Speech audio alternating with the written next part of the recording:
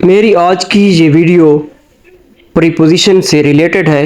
यहाँ कुछ प्रीपोजिशन दी गई हैं जो सब लुक से स्टार्ट हो रही हैं लेकिन उनके मीनिंग डिफरेंट हैं। लुक एट, गौर से देखना। लुक एट, गौर से देखना। लुक ऑन, अंदाज में देखना। अंदाज में देखना। लुक फॉर, तलाश करना।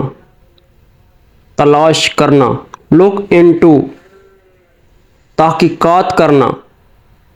तहकीकात करना। लुक ओवर, नज़रअंदाज करना।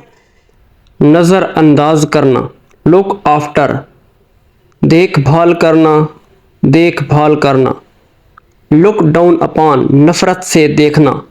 ये थी आज की कुछ कन्फ्यूजिंग प्रीपोजिशन।